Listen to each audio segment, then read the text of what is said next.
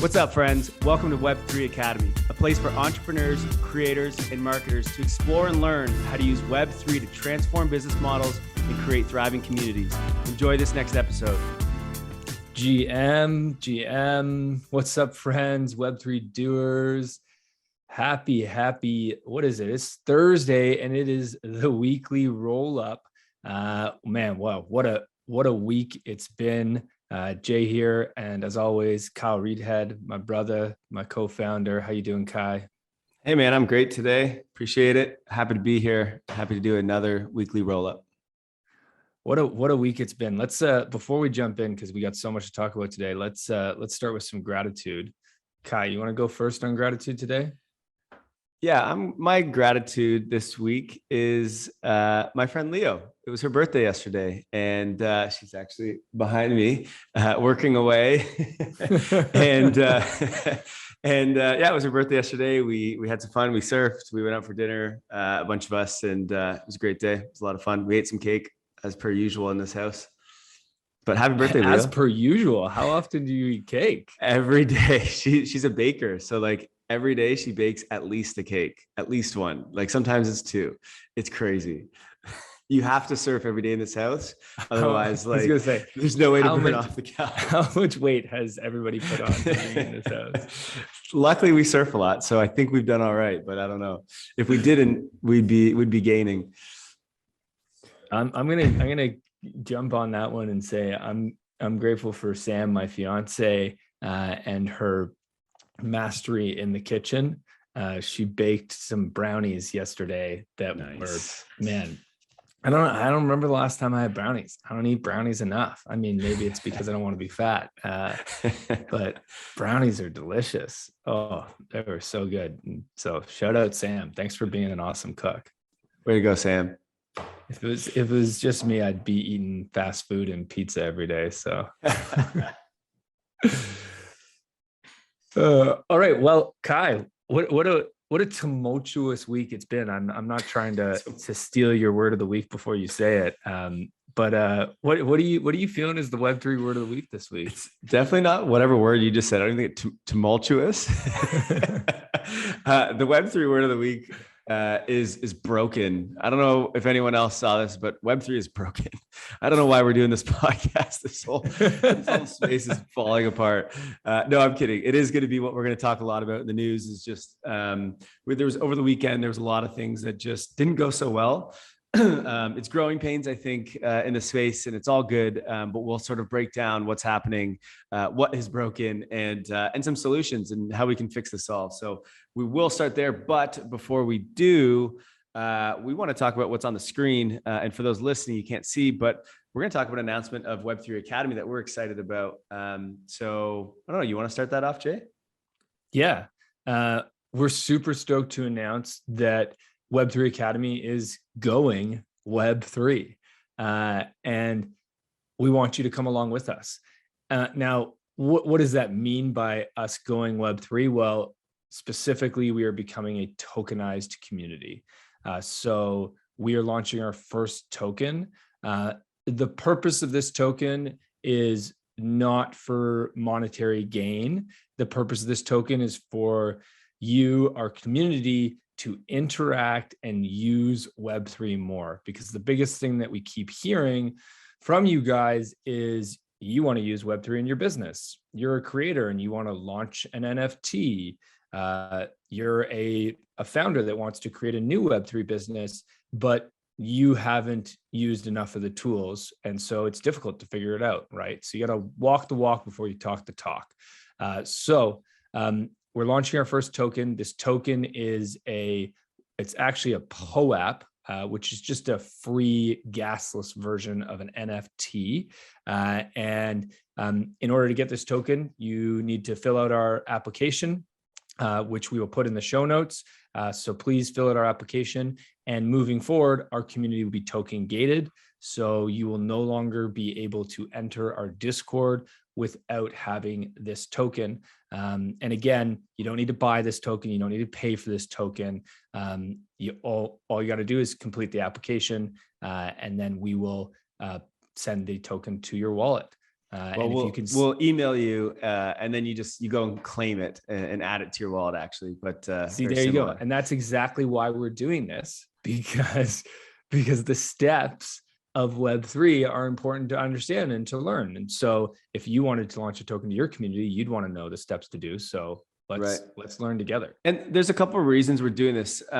One is it allows us to, I mean, the survey is really helpful. So thank you for everyone who's already completed that. We've had a ton of applications. It helps us learn our audience, what they need, what they want. We can create better content for you. So one, it was a way for us to learn our community. Two, it's kind of a way to engage the community. Discord, community is not about the largest community, right? I think a lot of people are like, oh, I want more numbers. And that's really not, that doesn't make sense for community. It's more about engagement, activity of the community, and how much are people actually like helping each other and the value that the community is bringing. And one of the ways, because we're growing so fast right now, our podcast is growing exponentially. Our newsletter is growing, our community is growing. There's, I don't know how many people, 10 people a day joining our Discord. It's starting to get a little bit out of hand. And so by token gating it, it makes it a little bit more exclusive. It ensures that those that are in the Discord have a Web3 wallet. They are using this stuff, or at least are, going to try, because they're going to get their own wallet based off of, our steps and what we do inside this application. So I think it just hopefully will create a better environment inside of our Discord in a more engaged community. And that's really what we want. And again, no monetary value here. We're not trying to make anything from it. We just want to use the tools and allow you to use them as well. Yeah, so I think that's a good thing to point out is we did this because we learned very quickly that we thought when we first launched Web3 Academy, which was only 10 weeks ago, we thought, well, the objective is, because we kept seeing other projects do that. Oh, the objective is just to get as many people as possible as you can in Discord, right? Like that's phase one in the roadmap. Just fill up the Discord. And pretty quickly we realized, okay, sure, that's great if you're building an audience, right? But there's a difference between an audience and a community. A community is where everybody is engaged, you facilitate conversation, you need to make introductions in community. And we had a couple of people on the podcast recently who pointed this out to us, that in order to build a strong community, you need to be meeting all your members of the community. You need them to be meeting each other. Not everybody meets everybody, but you need connections within your community. And you need to be speaking to them on a non-scalable basis in the beginning so that you can build a strong base layer for your community. And so it was interesting to learn. And I think for others of you out there that are building in Web3, really think about that in the beginning is you'll build your audience on YouTube and your podcast and on Twitter, but Discord, I don't necessarily know that the current objective that we see a lot of people doing of get as many people in there as you can is really the most effective, unless you're pump and dump, right? Like that's effective if you're trying to launch an NFT and get as many people to buy it as possible. But here's the thing, then everybody sells it in the end. And what good did that do you? Sure, I guess maybe you raised capital, but you don't actually have a community to build your project on top of. So, but it's an important lesson. And it's one thing I think that we should mention that we will be talking a lot about in our Discord, is community building is such a central part of Web3. And so we'll be talking a lot about that and producing resources and training around that. Right. And so whether you're already in the Discord or you want to join the Discord, you need to fill out this application. You'll need to have the NFT. Come May 15th is when we will be closing up the Discord, and only those who have claimed their NFT and have verified it in Discord will then be able to see the channels inside of our Discord and be able to chat and socialize in there. So there is a link in the notes and you can find that to fill out the application. So please do. And we'll see you inside the Discord, everyone. Thanks. It should be a fun little journey here. So just to make a bit of a joke of this, not a joke of Web3 Academy, but a great joke that we saw online is there's a tweet here I've got up on the screen that says, friend in consulting told me an air conditioning company is paying his firm $3 million to create a metaverse strategy. We need ACs in the metaverse. I think we can all assume that, KPMG, PwC, McKinsey, all the massive consulting firms are out there charging literally charging millions of dollars for metaverse, Web3, NFT strategies. And we want to help you make your Web3 strategy, but we're not going to charge you $3 million. So there's our shill for joining Web3 Academy. Let's build your strategy, and let's do it the right way, and let's do it together with people around you supporting you who are also doing that. Yeah, and I guess it's a great point. Is like, that's what Web3 Academy is for. That's what we're here for, is we want to help entrepreneurs, creators, marketers build out their Web3 strategy. And whether that's crypto payments or a metaverse strategy, or it's, I don't know, using NFTs, whatever, that's what we, I don't want to say specialize in. It's where we're focusing on, and it's where we're speaking to some of the smartest people in the space about this stuff so that we can learn, so we can implement it. Sorry. And then also we can help others implement it. So if that's what you're trying to learn, then make sure to get in and be a part of that community, our community. Awesome. All right, let's get to the news of the week. First up, how can we not talk about the other side? Broken. Oh man, you want to take this one to start, or you want me to go here, Jay? I was gonna say both of us are probably itching to go, but also cringing at the same time. Yeah, so we've highlighted Yuga Labs a lot, and they've done a lot of cool things, right? Obviously, Bored Ape Yacht Club, they bought up CryptoPunks and Meebits, they launched ApeCoin, and so recently they were launching their land for the metaverse. To me, I'm starting to get a bit tired of every token that they're launching every couple of weeks. This one was just a disaster. And I don't know how they didn't see it coming. So other side is their metaverse. They were launching their land. You had to own the ape coin in order to buy this land, which I think was selling at, was it 2 ETH per land or something like that? Do you know? About 2 ETH per land. Yep. And so obviously lots of people are interested in what Yuga Labs is doing. So there was tons of people that wanted this, and it burnt almost $200 million in gas on Ethereum in a couple hours. Yeah. If you try to do a transaction on Ethereum mainnet during that time, I think it was on Saturday, it was like $1,000 just to send ETH. Like, it was insane what happened. Now Ethereum worked, it never went down, everything was fine. But of course there was so much demand for block space during that time that it was just insane. There were so many failed transactions and so many people trying to do this that, like, even those who did get the land, I think it costed like thousands of dollars in gas fees just to get the land. I saw up to $10,000. So you're buying a piece of land for 6,000 or 2 ETH, and you're paying 10,000 just to buy the land. So I mean, if anyone's listened to our other podcasts, like, my opinion on like selling land is, I think it's useless. And I think it's kind of a cash grab. I mean, it's a way to fundraise, I guess, but I don't think it's going to hold any value in the future. We've talked a lot about this on other episodes, so feel free to listen to those, but I won't dive into that. But let's see what's next on here to dive into what happened over the weekend.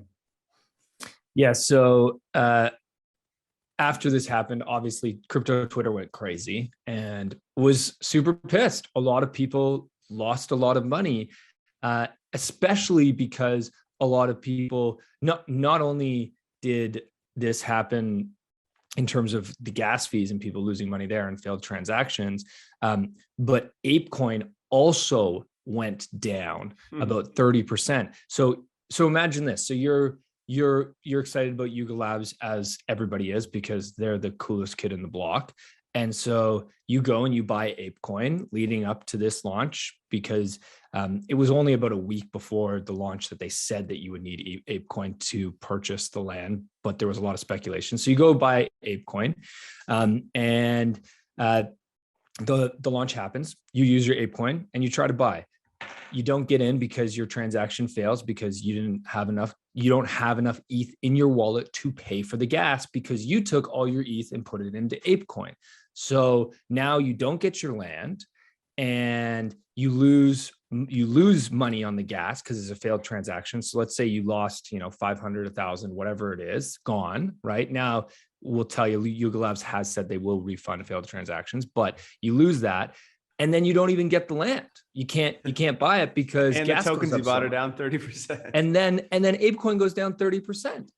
Like, what an absolute, and these guys at Yuga Labs, they're not idiots, right? Like, they've got in total, so they raised 300 million from this land sale.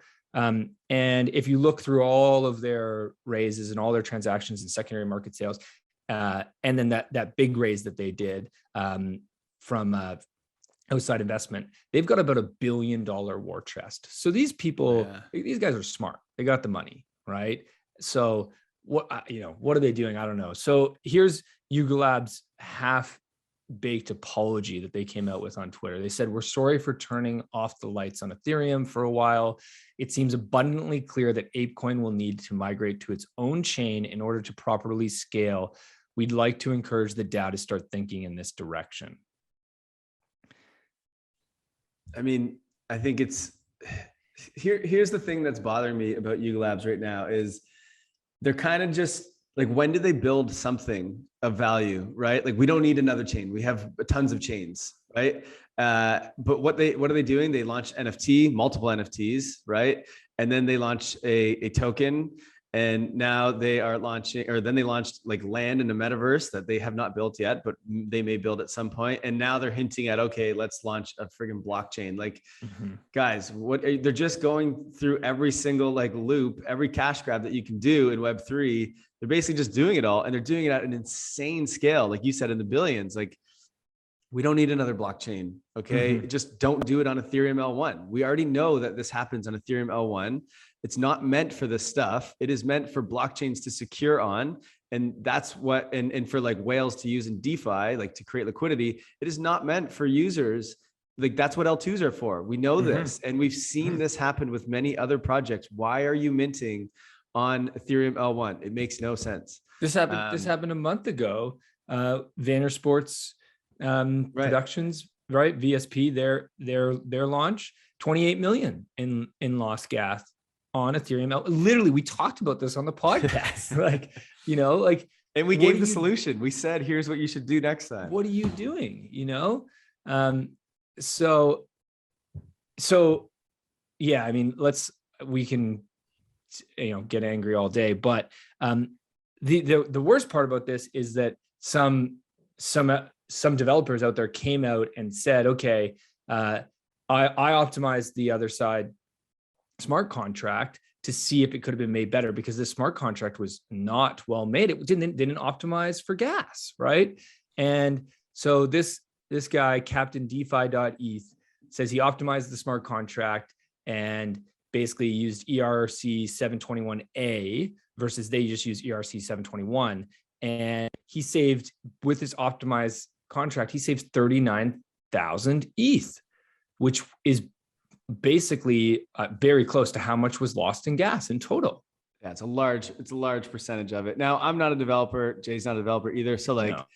I don't know, but from everything I've seen from developers on Twitter, is basically it was a brutal job on Yuga Labs' standpoint in terms of the way that they set up this NFT mint and their smart contract for it.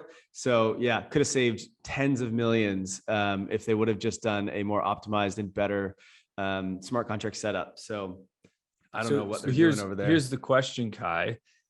Did Yuga Labs want this to happen? I mean, obviously they didn't want this to happen, but there's a lot of speculation out there. Was this the plan all along for Yuga Labs? It's good marketing for them to launch their new chain, which means another token. Exactly. To give them the reason to launch their own chain. Maybe. I hope not, but maybe. I really hope not. If they do, I'm out. I'm done with them. I used to say that, like, follow them, see what they're doing. They're doing great stuff. I'm starting to not really care too much about what they're doing anymore. It's starting to get frustrating. When are they going to build a product, something that's actually driving real value? Right now, it's just every few weeks, they just like create a smart contract to launch a token. So I don't know. The only people building products are the owners of the Bored Apes, who are, making restaurants, Bored and Hungry, making brands. I'm not sure what all of the applications or the businesses have been made, but those are the only people actually building things. And I think the reason that last tweet about, kind of that apology, and they said they were going to, maybe create their own blockchain, is like, Do you understand how much of an undertaking that is? Like, you need a lot of devs.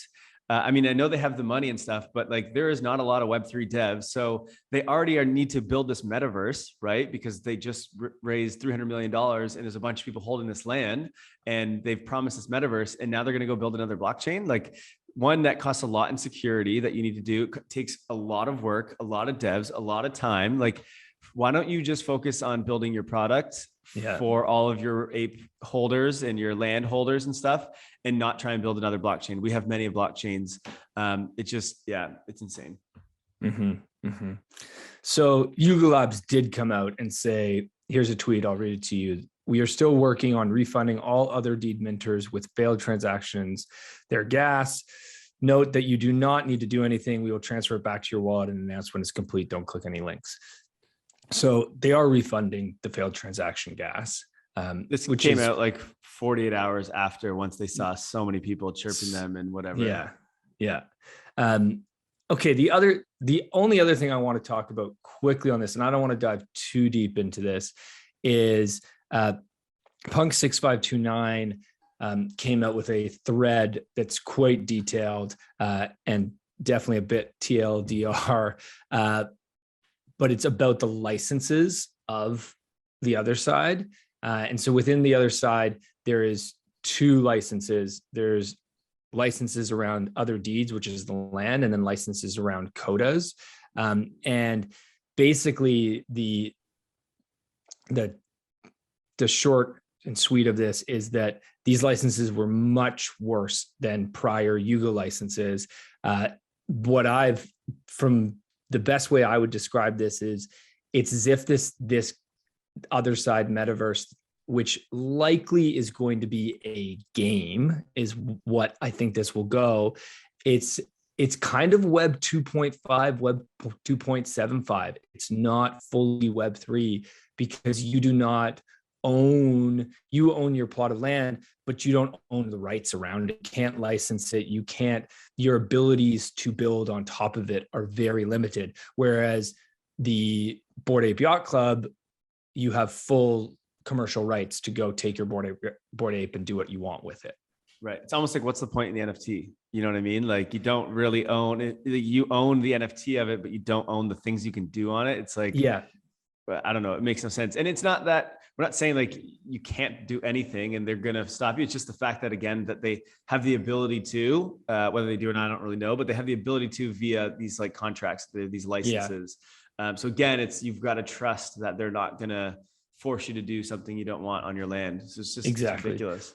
Yeah. I think, to me, the interesting part about this is just how new this space is and how it is important to, read the fine print, follow people like Punk 6529 who are talking about the details I bet 90% of the people that bought other deeds don't even know the licensing agreements of it. And if you're going to be an investor in this, because that's really what this is, you should know the fine print. Okay, let's talk about, actually one more. Ryan Watkins, he's an analyst and in the crypto space. And he says, so after taking in $310 million from the other side mint, just months after printing 17 billion out of thin air with the ape drop, after making 200 million in cumulative trading fees since the Bored Ape Yacht Club launch. So what are we looking at there? That's 500 million just in the other side in Bored Ape Yacht Club, and then 17 billion market cap on their token. Yuga Labs now wants to create a new chain, feeling more like opportunism each passing day. And I completely agree. Like, this when are they going to build something? How many things are we going to launch? This is insane. So speaking of broken, Solana was broken again. This Web3 had a disaster weekend. Solana was literally down and just basically shut off for 7 hours on, I think it was Saturday that this happened. And so basically they had to get in a Discord, and I don't know, the validators had to restart some stuff and get things working.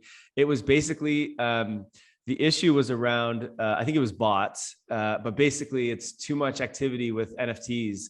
And so like there was talk in their Discord of actually just like turning off the ability to use NFTs on Solana until they got this figured out, which is not Web3. This is not what we want. That's censorship, which makes zero sense.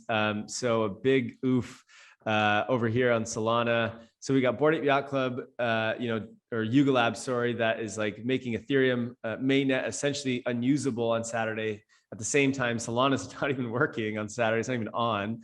At least you could still do things on Ethereum. It just would cost you thousands of dollars.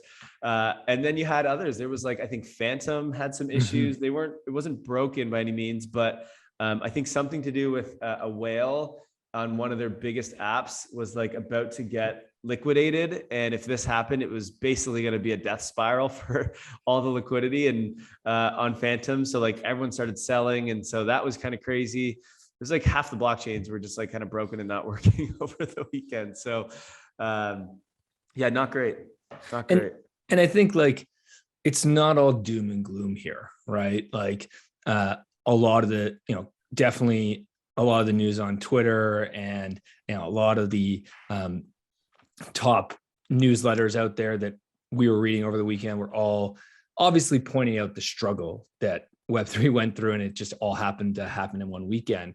But this is growing pains. This is part of growth. So, definitely we're optimistic. There's better days ahead. But this is what happens when you totally reinvent the internet, right? There is going to be struggles and moments of challenge. So be prepared on the road, on the road out west, as we explore the new frontier. This is also how hard it is to build a scalable blockchain, Yuga Labs. Yeah. So relax. Don't do it. Yeah, exactly.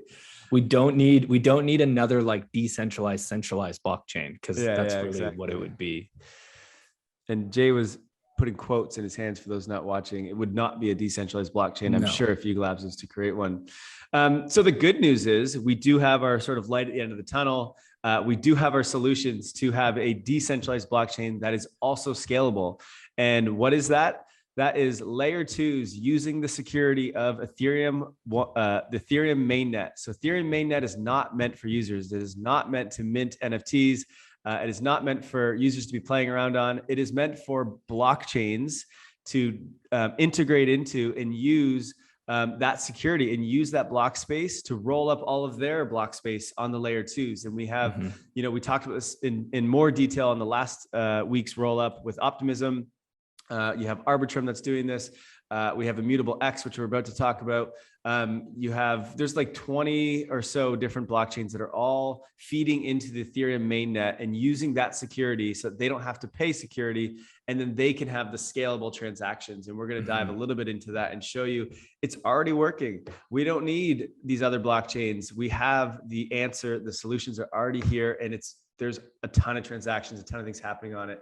Go back to that last one though. I just want to show, this is the founder of Immutable X, Robbie Ferguson. The guy is an absolute genius.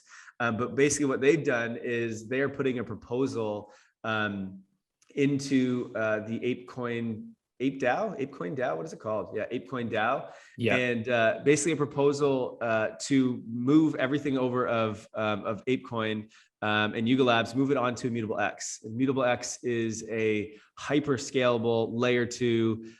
They have tons of games and tons of NFT things on there. I think they're one of the highest in terms of volume already for NFTs, in terms of transactions by a long shot. Like they beat Solana, they beat everything by a long shot. And they have no issues. And it's gasless. There's literally, you don't pay a thing. And so it's pretty incredible what they're doing over there on Immutable X. If you have not learned about Immutable X, check it out. They're doing just an amazing job in terms of scalability. And so they are putting out a proposal into the DAO to merge everything over to Immutable X. We'll see if it happens, but I really hope it does.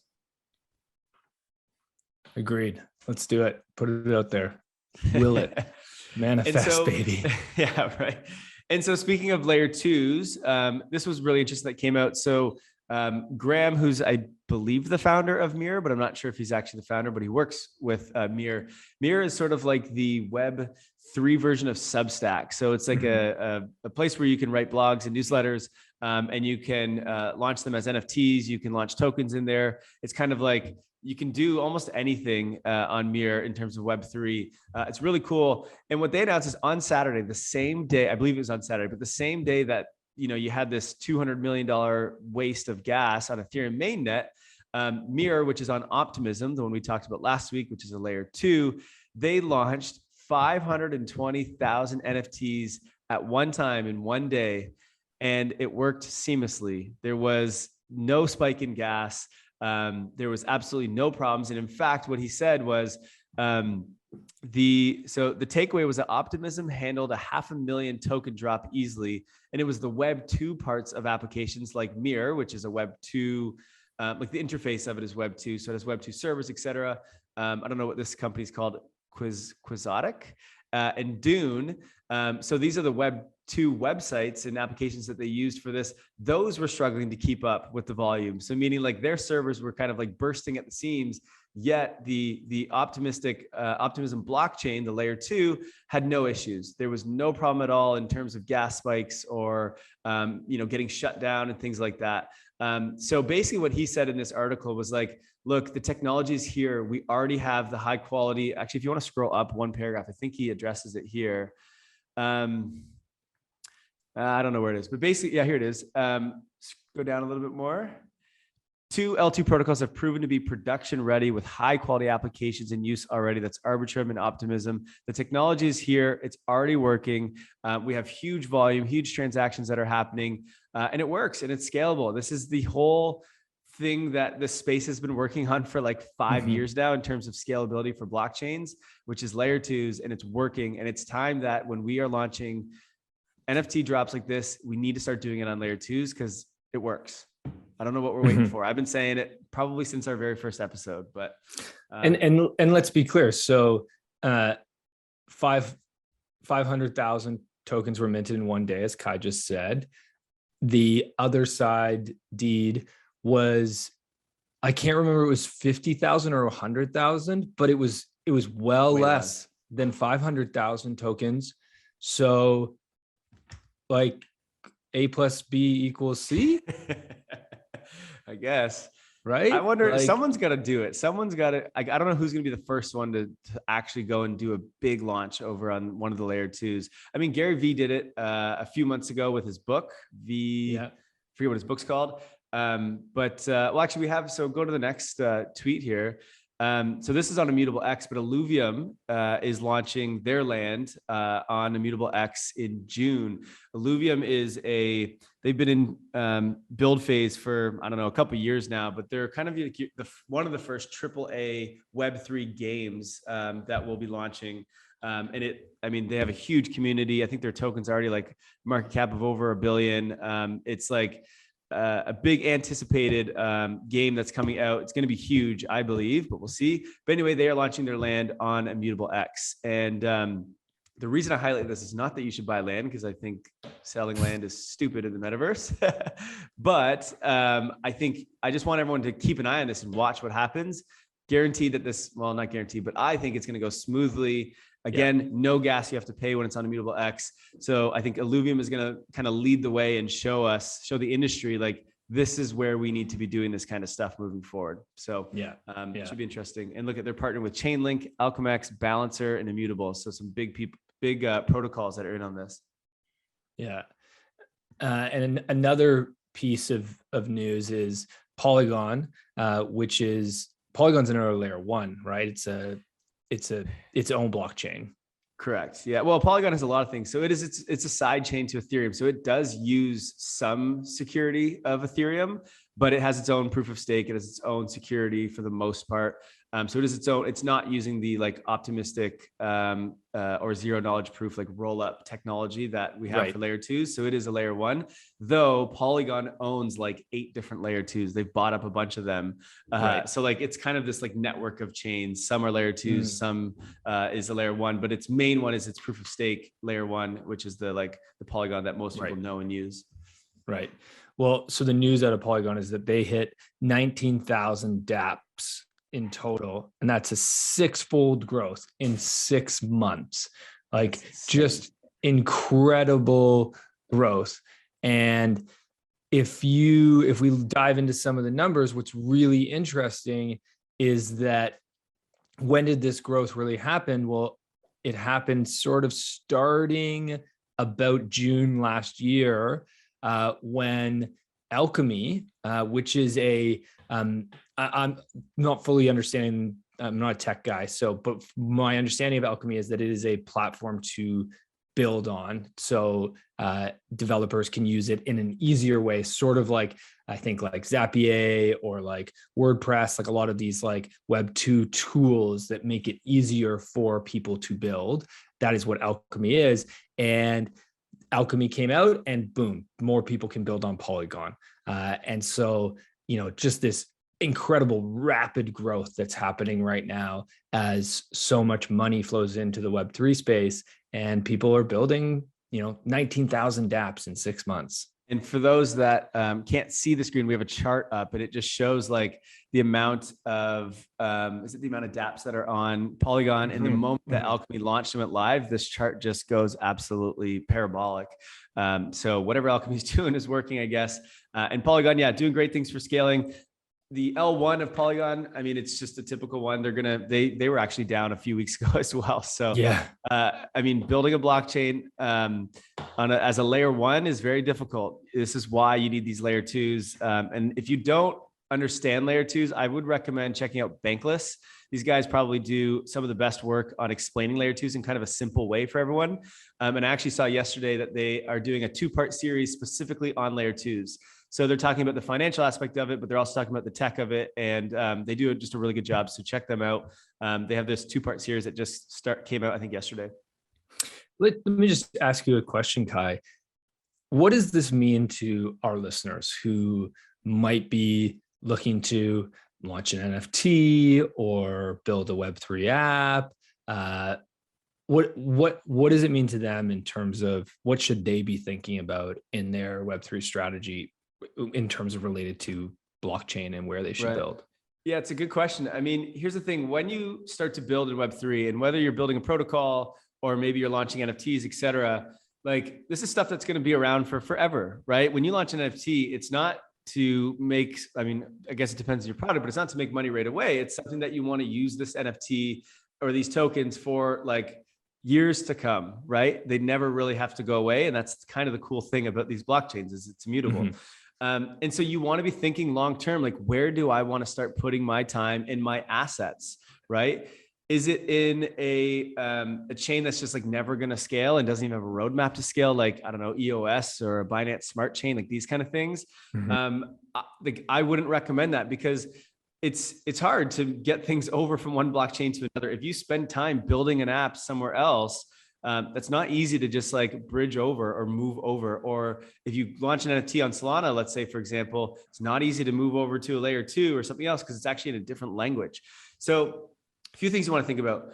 What is the like long-term secure place to build on? And think about it in the real world. Like if you were to start a business, would you go build a business in North Korea, for example? Probably not, right? Because it doesn't make sense, right? In terms of like, you don't know what they're going to do. Are they even going to allow you to have your business there or your land in 5 months from now, right? Of course, you're not going to go there.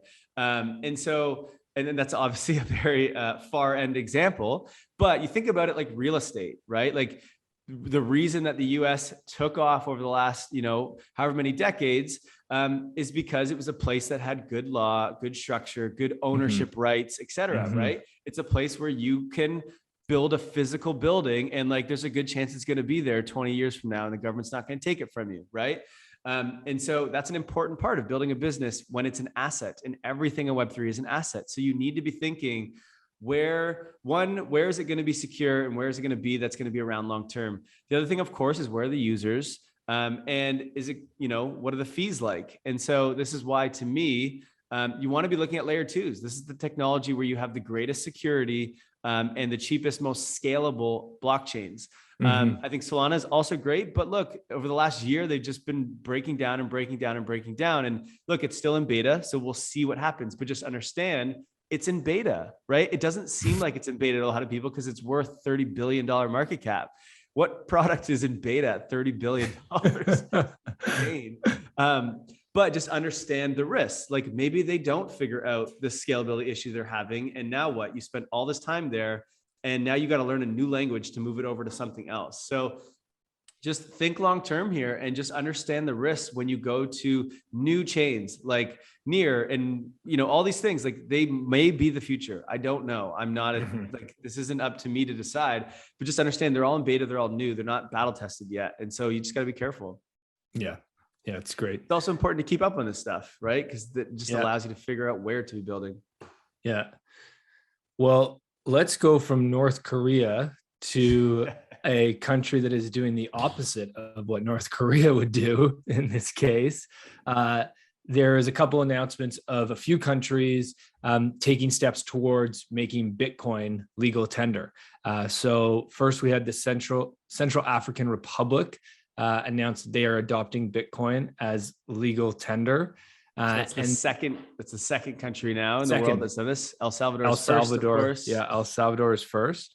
And then we had Panama announce that they haven't fully done this, but they, I believe, passed, I don't know exactly what their congressional setup is, but they passed a bill that's going through their government. I don't think it's fully into law yet, but they are taking the steps towards making Bitcoin legal tender, as well as announcing in classic Panama fashion, please bring your money here and shelter it here. They will not be taxing any capital gains on Bitcoin in Panama. So great tax shelter for your Bitcoin investments. I think more and more countries will do this too. It's kind of game theory, right? Like it's going to bring in the big entrepreneurs, and because of course we want to save on taxes. So the countries that do this are gonna bring in more entrepreneurs and more businesses. But yeah, great for Bitcoin. This is great for I think the residents of these countries. I hope, I don't know, but it seems pretty cool. I don't really know what legal tender does. Like, I think it forces all the businesses that they have to be able to accept this currency, which is cool. Other than that, I don't know what else. I think it also doesn't get rid of capital gains always, because it's just a currency at this point. It's not an asset. Right. So I think it does this for any country that would make it legal tender. Yeah.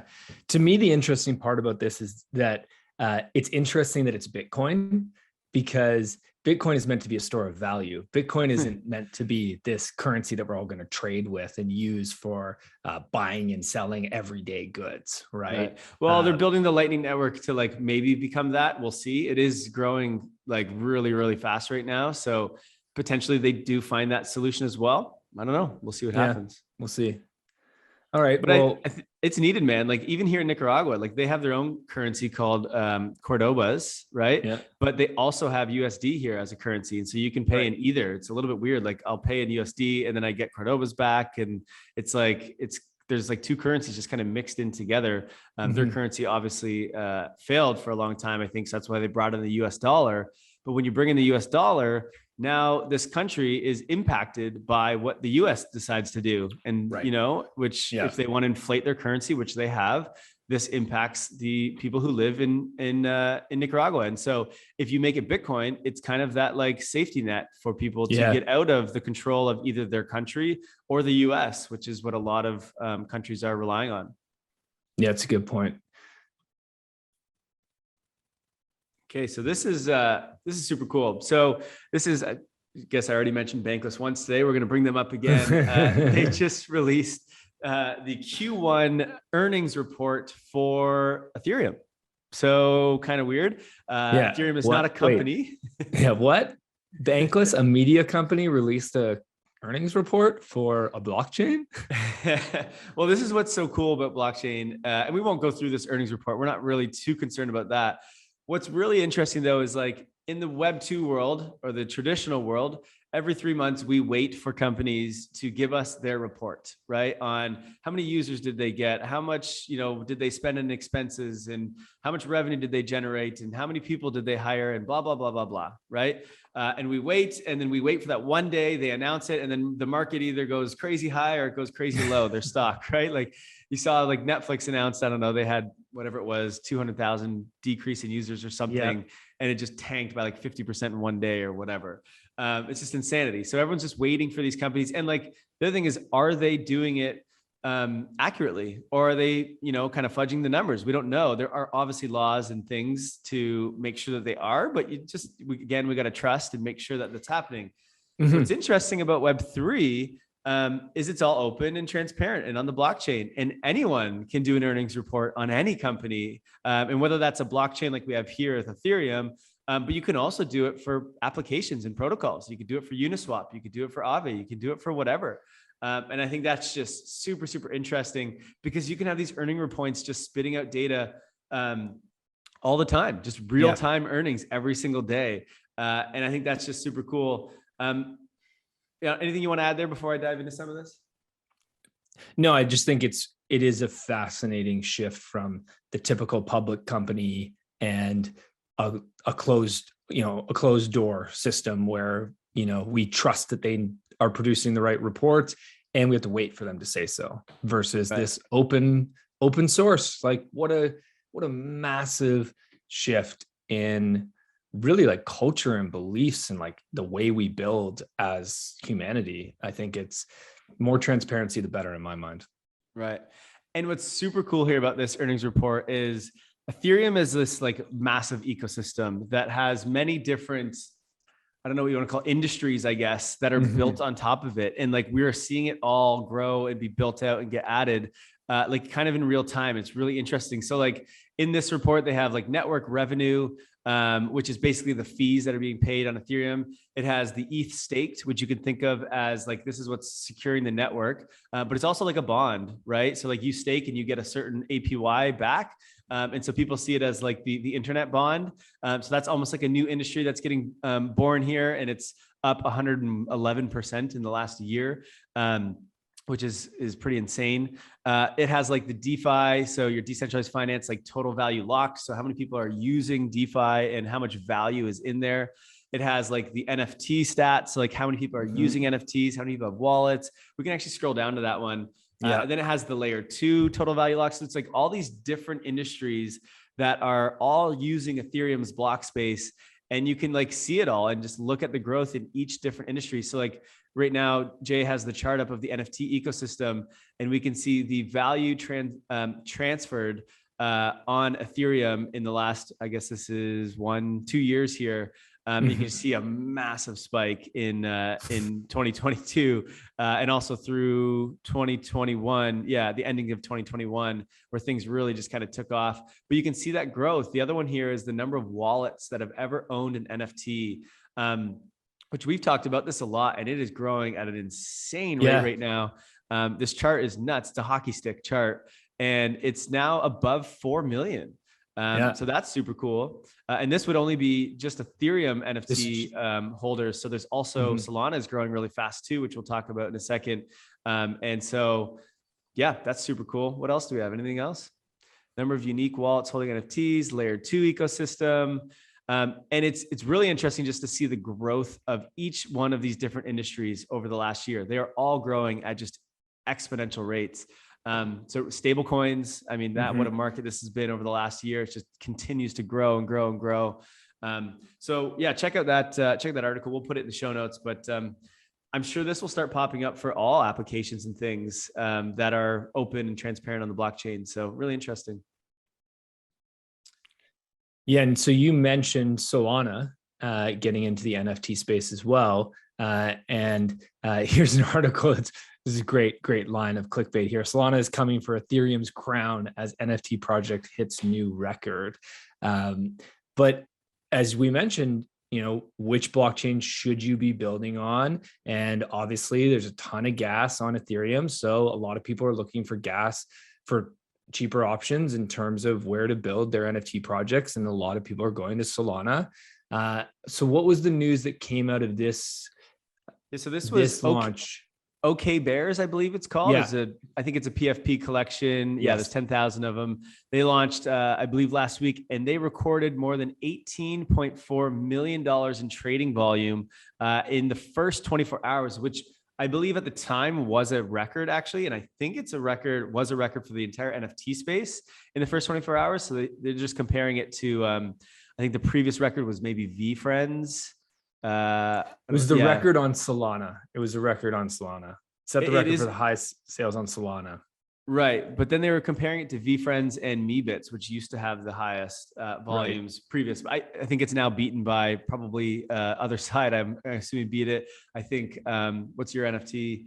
Moonbirds. Yeah. Moonbirds beat it. Like I'm sure there's ones beat it, but just shows some great demand and capabilities of Solana. So that's really cool as well. We're seeing NFT just growing on probably all blockchains. Yeah. So while we talk about NFTs, let's just highlight a couple of things going on in the NFT space. Kai, what you got here? Yeah, this is actually kind of interesting. So Johnny Walker, they tweeted out May 3rd, which is a whiskey brand. Yes, which is a whiskey brand. Johnny Walker Blue has partnered with VFriends and Gary Vaynerchuk. Scroll down a little bit here. So VFriends is a PFP NFT collection that was launched a long time ago. And basically what Johnny Walker's doing is all VFriends gift goat holders. I don't know if that's like a certain like rarity or trait of a VFriend. I think goat is a trait. Yeah. Yeah. So this is actually really interesting. I haven't seen anyone do this. Is instead of a partnership with all of the NFT holders, it's like certain traits that get this partnership. Yeah. So that's kind of cool. And so they'll be receiving a Johnny Walker Blue whiskey kit that includes a custom designed limited edition Johnny Walker Blue label, bottle, and drinking accessories. And there is more to come, they say, and they will be at VCon. So Johnny Walker's doing this as like a marketing play. It looks like they're going to be at this conference that Gary V is holding, and they're bringing some utility to the NFTs. So this is very interesting. I don't think I've seen this before of a big brand doing this with NFTs. So Gary V kind of leading the charge here. Yeah, I think this is definitely something we're going to see a lot more of, is these partnerships. And I think what's so cool to me about these partnerships is that not only we see partnerships all the time in marketing, big brands are always partnering, but no value flows to the customers, right? The reason to do a partnership is just for the cross promotion, right? I'm going to talk about your brand, you talk about my brand, we each get media lift, everybody wins, right? But now what can happen is, okay, we can do a partnership and the loyal fans of my NFT project also gain and in this case, you get this custom Johnny Walker kit, right? Well, and not even just that, I would bet if you looked on chain that whatever trait it was that these are going to, I bet you those NFTs probably started going up in value. And now all of a sudden their asset they hold appreciates because of the utility, because of the marketing. So that's actually super, super interesting. It's a win-win for everybody. Yeah. Yeah. Sticking with the NFT theme, another company that we wanted to highlight is a startup called Americana is selling an NFT chip that will turn real world luxury items into NFTs.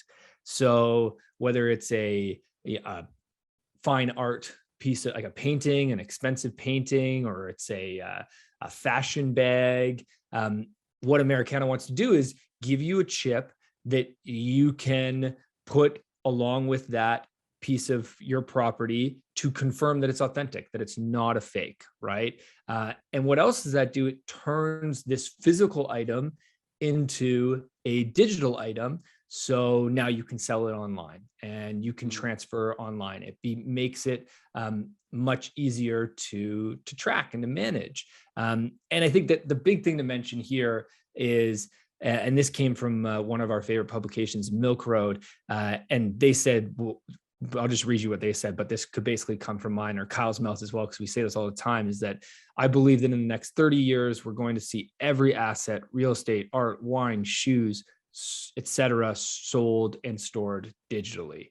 And we believe the same. And okay, so just quickly, like, why is this going to happen? Like, why do we need a digital version of our asset along with the physical version? Well, a couple things. One, to prove it's not a fake. Two, to easily buy and sell the asset online. And three, to pay a royalty back to the original creator every single time it sells. Like the one that always comes up for me here is tickets to concerts, right? You buy a ticket to a concert and there's this huge secondary market and the artist sees none of that, right? Well, if tickets to concerts were NFTs and they were on the blockchain, then the artist would get a royalty every time that ticket was resold. So instead of putting money in scalpers' pockets, we'd be putting money in the artist's pocket. Right. There's other, even more to this, is like, you can use these NFTs in the same way, but for like helping with supply chain issues. So think about this. This is one I heard the other day that was super interesting. Nike wants to drop a new shoe, let's say, right? And what happens right now, everyone lines up and because they want to buy this, they want to be first in line to buy this shoe, right? And they wait for, they camp out there like in tents and stuff. It's insane.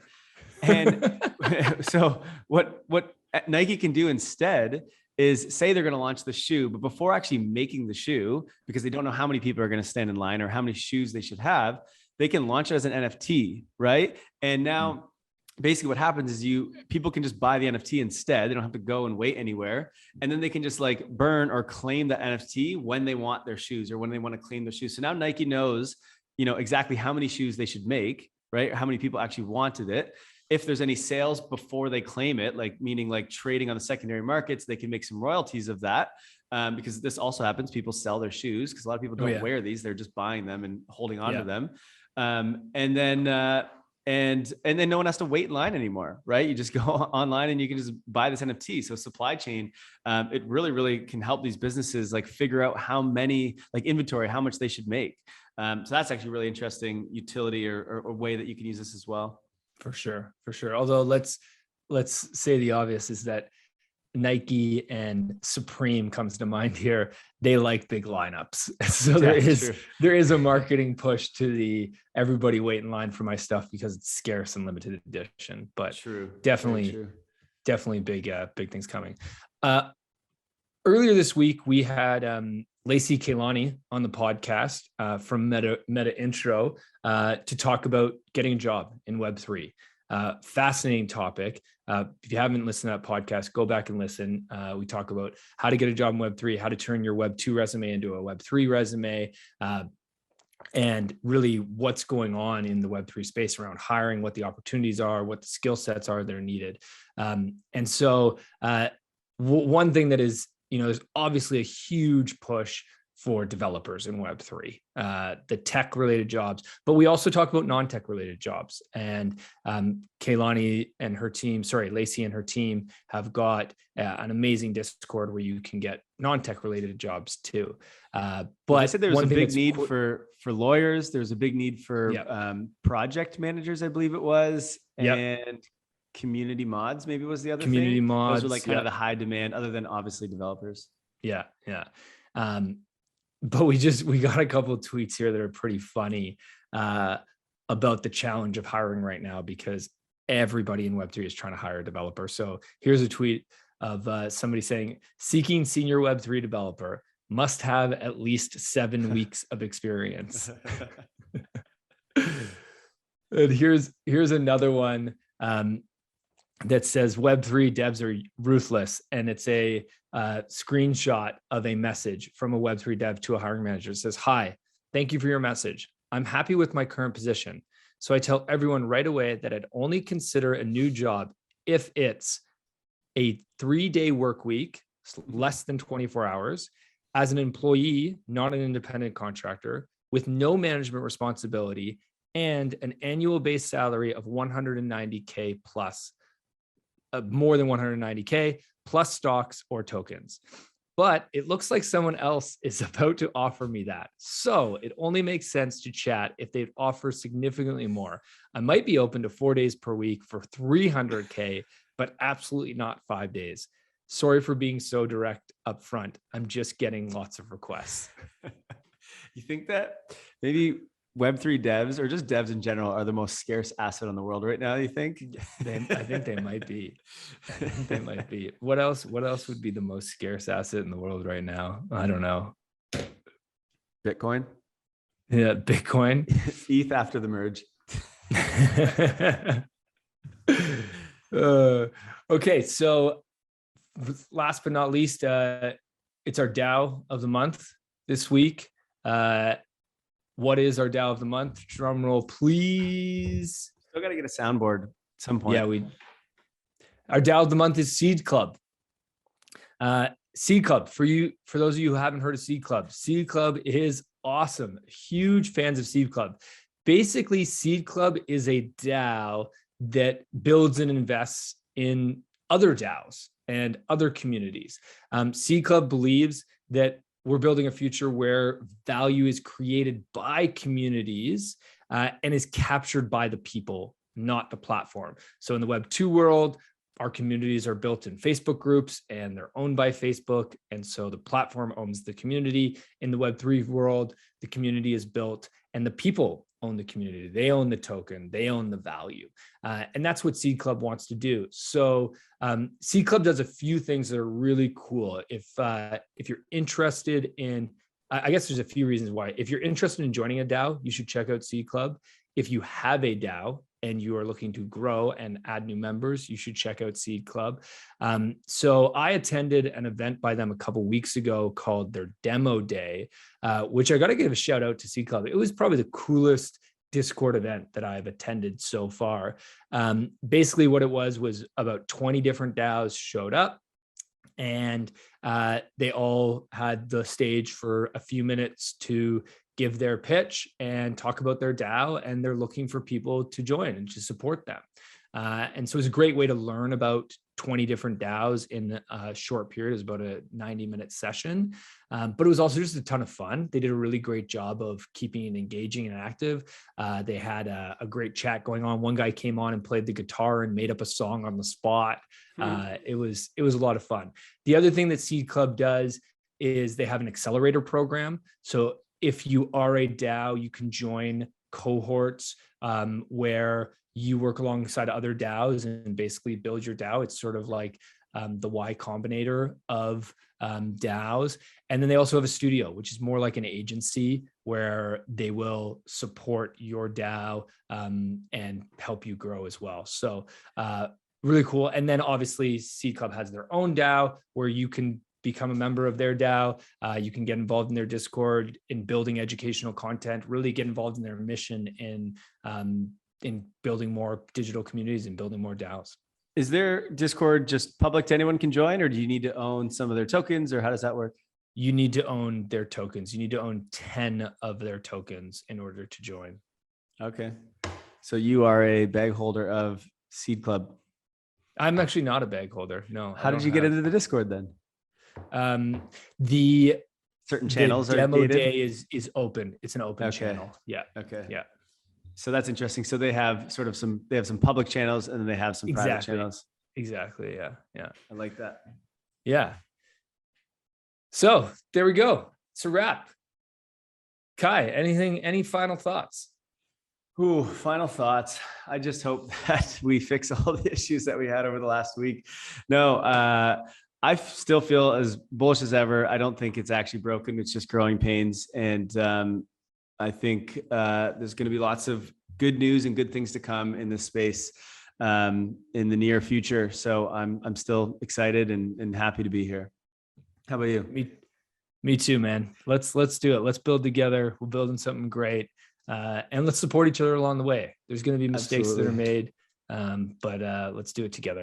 And listeners, make sure to claim your NFT because we are shutting down the Discord in 10 days. And well, let's say May 15th, because maybe some of you will listen to this later, but we're shutting her down. You're going to have to claim your NFT. So fill out the application and we'll see you inside Discord. Woo! Have a great weekend, everybody. Take care, everyone. Thank you for listening to Web3 Academy. We hope this helps you along your Web3 journey. And if it does, please share this episode and subscribe so you don't miss the next one. By the way, if you have yet to join the Discord community, you are missing out. This is where all the magic happens. This is where we learn, where we ask questions, where we network. You want to be in there. The link to join is in the description below. And finally, a quick disclaimer. Nothing in this podcast was financial advice. Crypto and Web3 can be risky. You can literally lose it all. In fact, if you invest on account of what we say, you probably will lose it all. So don't do that. In all honesty, the point of this podcast is to remove the noise of markets and price and focus on utility and implementation anyway. So you should not take any of this as financial advice. Thank you, friends, and see you in the next one.